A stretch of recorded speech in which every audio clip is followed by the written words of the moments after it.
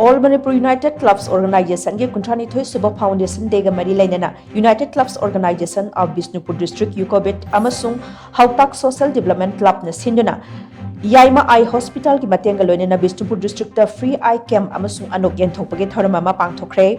Thouram aduda Amukogi Vice President Dr. Norendra Thokchom Secretary Organizations Laishram Krishna Chandra UCOBID की President W Basanta amadi UCOBID की Finance Secretary T.H. Gopenna maroiba mithunglen sing oina saruk yakhi ke maduda punna miyoi chanirom na layangki baga loinana mathau taba anok amadi hidak langthak chimna chingbasu kaya amasu lemna yenthokhi hiramasiga mari lenana amukogi Publicity Secretary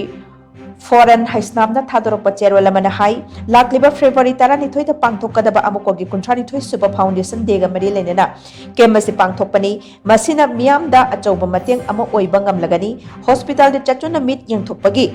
Yenthokpa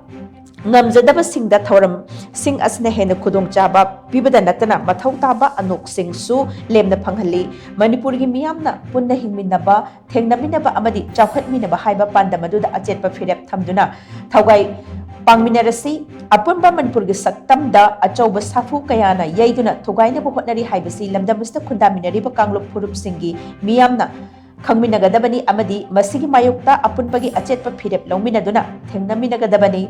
masinatrabadi aikhoi punna mutminakragani maramaduna yellow phurup kanglup punamak achetpa phirep longminaduna ireibak kanminaresi hainachu serolesta makatana phondorakle